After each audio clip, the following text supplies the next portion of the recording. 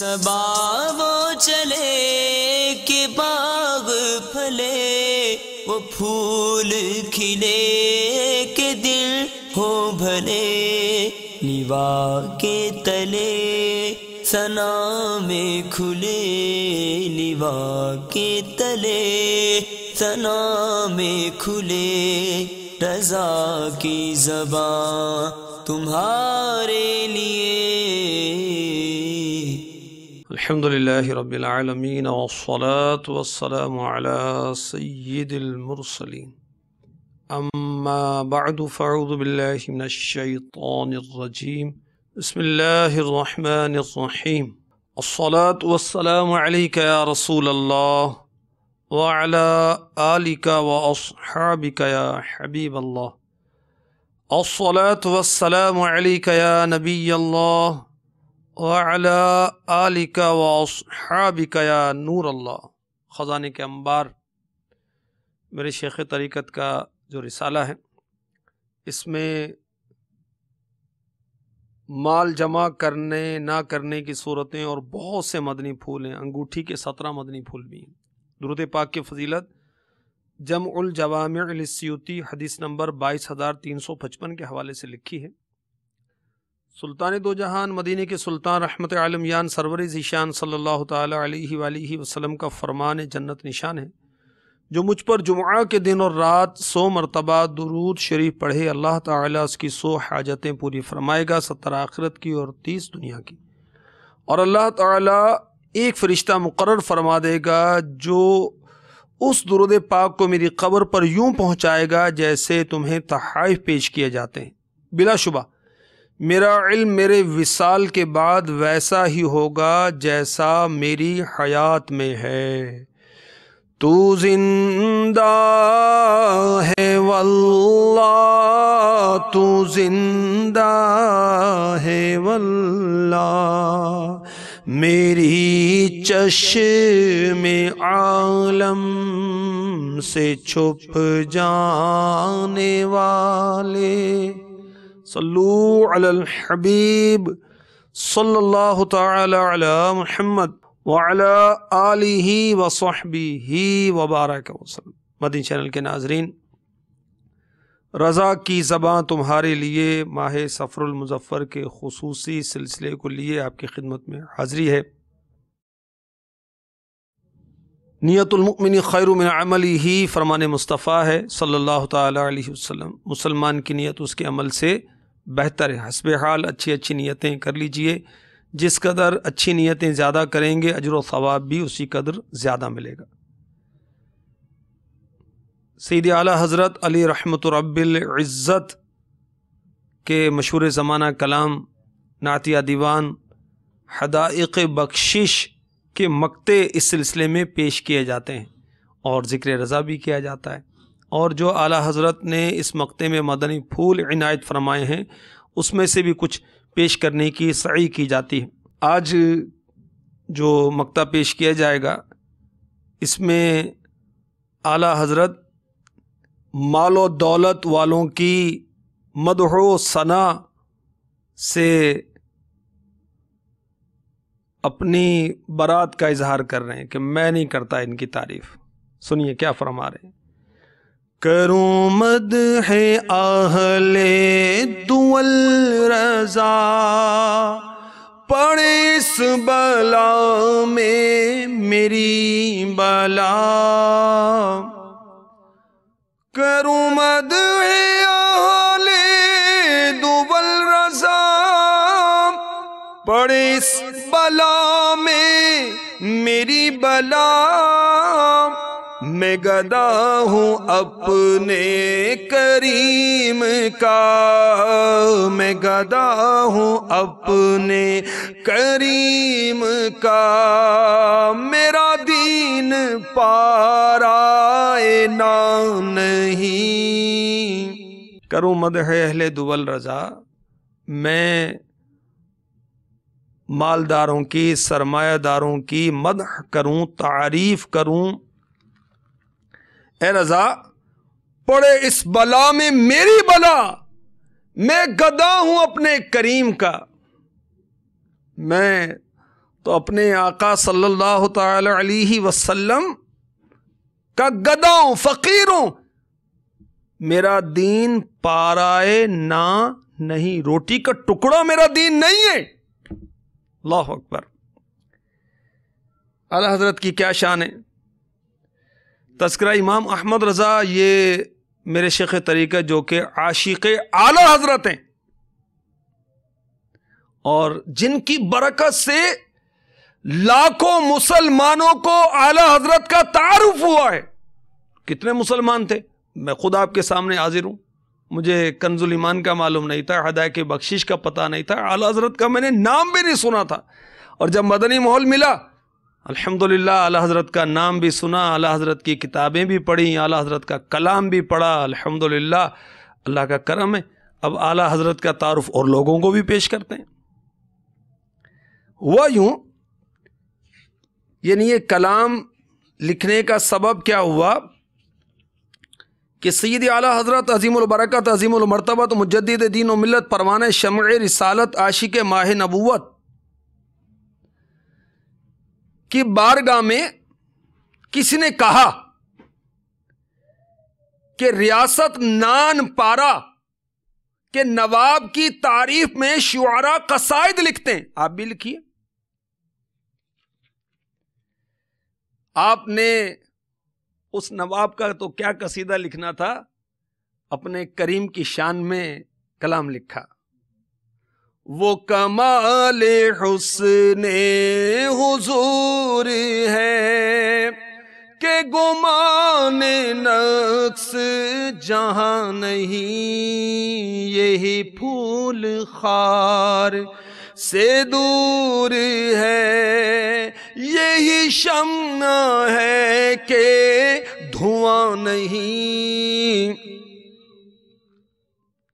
شرح کلام رضا نے اس شعر کی شرح میرے آقا محبوب رب ذوالجلال صلی اللہ تعالی علیہ وآلہ وسلم کا حسن و جمال درجہ کمال تک پہنچا ہے، یعنی ہر طرح سے کامل و مکمل ہے، اس میں کوئی خامی ہونا تو دور کی بات ہے، خامی کا تصور تک نہیں ہو سکتا۔ ہر پھول کی شاخ میں کانٹے ہوتے ہیں، مگر گلشن آمنہ کا ایک یہی مہکتا پھول صلی اللہ تعالی علیہ وسلم ایسا ہے جو کانٹوں سے پاک ہے۔ ہر شمع میں یہ عیب ہوتا ہے کہ وہ دھواں چھوڑتی ہے، مگر آپ بزم رسالت کی ایسی روشن شمع ہے کہ دھواں یعنی ہر طرح کے عیب سے پاک ہیں۔ اور امیر علیہ سنت لکھتے ہیں کہ مطلع میں، مطلع کیا ہوتا ہے؟ غزل یا قصیدے کے شروع کا شعر جس کے دونوں مصروں میں قافیے ہوں وہ ہوتا ہے مطلع، اور مقطع یہ ہوتا ہے کہ کلام کا آخری شعر جس میں شاعر کا تخلص ہو وہ مقطع کہلاتا ہے۔ نان پارا کی ریاست کے نواب کے لیے کہا گیا تھا، تو اعلی حضرت نے، کیا بات ہے آپ کی، نان پارا کی بندش کتنے لطیف اشارے میں ادا کرتے ہیں۔ کروں مدح اہل دول رضا پڑے اس بلا میں، میری بلا میں گدا ہوں اپنے کریم کا، میرا دین پارائے نہ نہیں، میرا دین روٹی کا ٹکڑا نہیں ہے کہ جس کے لیے مالداروں کی خوشامدیں کرتا پھروں۔ آپ کو ورثے میں اپنے آبا و اجداد کی جائیداد ملی ہوئی تھی جس سے آپ کا گزر بسر ہوتا تھا، اور مال سے آپ نے دل نہیں لگایا، اور آپ اتنے غریب نواز تھے کہ غریب طلباء کو آپ نے ماہانہ وظائف مقرر کیے ہوئے تھے۔ اتنے غریب نواز تھے کہ آپ طلباء کی دعوت کیا کرتے تھے، ان کو کھانا کھلاتے تھے، غریبوں کی مدد کرتے تھے۔ اعلی حضرت کی کیا بات ہے۔ اور وہ نادان جو خوشامدی قسم کے ہوتے ہیں ان کو یہاں میں مدنی پھول دینا چاہوں گا جو ارباب اقتدار اور سرمایہ دار لوگوں کے پیچھے پیچھے گھومتے ہیں، ان پر لٹو ہو جاتے ہیں. اللہ اکبر. دعوتیں ان کی طرف سے آئیں تو بہت خوش ہوتے ہیں. حدیث شریف میں ارشاد ہوا جو کسی غنی یعنی مالدار کی اس کے غنا یعنی مالداری کے سبب تواضع یعنی عاجزی و انکساری کرے، اس کا 2/3 دین 66.66 2/3 دین جاتا رہا. اعلی حضرت مولانا احمد رضا خان علی رحمت الرحمن اس حدیث پاک کے تحت فرماتے ہیں مال دنیا کے لیے تواضع، دنیا کے مال کی وجہ سے کسی کی تواضع کرنا. اعلی حضرت مولانا احمد رضا خان علی رحمت الرحمن اس حدیث پاک کے تحت فرماتے ہیں مال دنیا کے لیے تواضع روبہ خدا نہیں، لہذا یہ حرام ہوئی. یعنی جس نے دنیا کے مال کے لیے تواضع کی، چونکہ یہ تواضع اللہ تبارک و تعالی کی خاطر نہیں، اس لیے یہ حرام ہوئی. مطلب یہ کہ کسی دنیا دار مالدار آدمی کی بلا اجازت شرعی محض اس کی دولت کے سبب تواضع کرنا حرام ہے. امیر علیہ سنت لکھتے ہیں افسوس، 100 کروڑ افسوس، یہ گناہ آج کل بہت ہی زیادہ عام. مالدار آدمی عام لوگوں کے لیے باعث امتحان ہوتا ہے، کیونکہ دولت کی کثرت کے سبب اس کا ایک خاص روب ہوتا ہے. اگرچہ وہ ایک پھوٹی بادام تک نہ دے، پھر بھی نفسیاتی اثر سے مغلوب ہو کر خواہ اس کے ساتھ خاضعانہ خوشامدانہ انداز لوگ پیش کرتے ہیں. سرکار اعلی حضرت کے والد گرامی رئیس المتکلمین حضرت علامہ مولانا نقی علی خان علی رحمت الرحمن نقل کرتے ہیں حدیث شریف میں آیا ہے مسلمان خوشامدی نہیں ہوتا. منہ پر کسی کے جھوٹی تعریف کرنا یہ خوشامد ہے. مسلمان خوشامدی نہیں ہوتا. اور جھوٹی جھوٹی تعریفیں اس سے بھی بدتر کہ ایک تو تملق یعنی خوشامد، دوسرے کذب یعنی جھوٹ، تیسرے اس شخص کا نقصان کے منہ پر تعریف کرنے کو حدیث میں گردن کا کاٹنا فرمایا اور ارشاد فرمایا مداحوں یعنی منہ پر تعریف کرنے والوں کے منہ میں خاک جھونک دو، خصوصاً اگر ممدوح یعنی جس کی تعریف کی گئی فاسق ہو.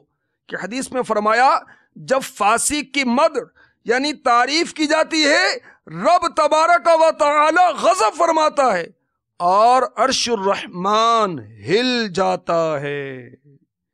کروں مدح اہل دول رضا پڑے اس بلا میں میری بلا میں گدا ہوں اپنے کریم کا میرا دین پارائے نام نہیں. اعلی حضرت نے کبھی بھی مال و دولت سے دل نہیں لگایا. جی ہاں، ملفوظات اعلی حضرت مکتبۃ المدینہ نے بڑی شان کے ساتھ شائع کی ہے اور دیکھی اس میں اعلی حضرت فرماتے ہیں الحمدللہ کہ میں نے مال من حیث ہوا مال یعنی اس طور پہ کہ وہ مال ہے سے کبھی محبت نہ رکھی، صرف انفاقی فی سبیل اللہ یعنی راہ خدا میں خرچ کرنے کے لیے اس سے محبت ہے. اسی طرح اولاد من حیث ہوا اولاد کہ اس طور پر کہ وہ اولاد ہے سے محبت نہیں، صرف اس سبب سے کہ صلہ رحم عمل نیک ہے، اس کا سبب اولاد ہے اور یہ میری اختیاری بات نہیں، میری طبیعت کا تقاضا ہے. اعلیٰ حضرت کی طبیعت ایسی تھی کہ مال سے محبت کس لیے کہ اللہ کی راہ میں خرچ کروں، اولاد سے محبت کس لیے کہ صلہ رحم کروں، اولاد سے رشتہ داروں سے خونی رشتہ داروں سے قریبی رشتہ داروں سے اچھا سلوک کرنا بہت نیک عمل ہے. تو اعلیٰ حضرت فرما رہے ہیں کہ اولاد سے محبت اس لیے کہ ان سے میں نیک عمل کروں، یہ میری طبیعت ہے. اعلیٰ حضرت کے صدقے میں کاش ہماری طبیعت بھی ٹھیک ہو جائے اور ہم مال سے نہیں رب ذوالجلال سے، محبوب رب ذوالجلال سے عز و جل و صلی اللہ تعالی علیہ وسلم سے محبت کریں۔ جو مال سے محبت کرنے والا ہے وہ اچھا بندہ نہیں ہے، وہ برا بندہ ہے، برا بندہ۔ مالک دین و دنیا، شہنشاہ ہر دو سرا، غریبوں کے ملجا و ماوا، بے کسوں کے حاجت روا و مشکل کشا، میٹھے میٹھے مصطفیٰ صلی اللہ تعالی علیہ وسلم فرماتے ہیں برا بندہ وہ بندہ ہے جو غرور و تکبر کرے اور اونچی شان والے کو بھول جائے۔ برا بندہ وہ بندہ ہے جو ظلم و زیادتی کرے اور قہار اعلیٰ جل جلالہ کو بھول جائے۔ برا بندہ وہ بندہ ہے جو دنیاوی کھیل کود میں لگ جائے، قبرستان اور اپنے گل جانے کو بھول جائے۔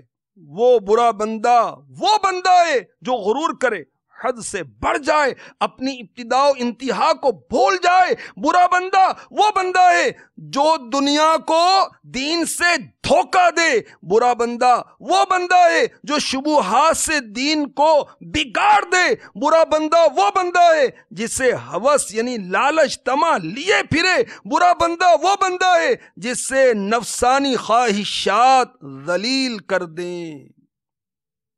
کاش مال کے جال سے، مال کے جنجال سے ہماری جان چھٹے۔ یہ رسالہ خزانے کے انبار پڑھیے۔ اگر مال کے جنجال سے، مال کے وبال سے اپنے آپ کو نکالنا ہے تو اس کے صفحہ نمبر 12 پر شیطان کا غلام کون؟ درہم و دینار کا بندہ؟ ذلیل و خوار کون؟ جو مال و دولت سے پیار کرتا ہے۔ تو مال و دولت کی تباہ کاریاں، مال کی دینی و دنیاوی آفات، دینی آفات، مال کا غلام ہلاک ہو، اس طرح کی باتیں لکھی ہوئی ہیں، یہ پڑھ لیجئے تاکہ اعلیٰ حضرت کے صدقے ہمیں مال کے جنجال سے نجات مل جائے۔ کاش اللہ نصیب فرمائے اعلیٰ حضرت کے صدقے میں ہم بھی اللہ اور اس کے رسول کے عز و جل و صلی اللہ تعالی علیہ وسلم سچے عاشق بن جائیں۔ آمین آمین بجاہ النبی الامین۔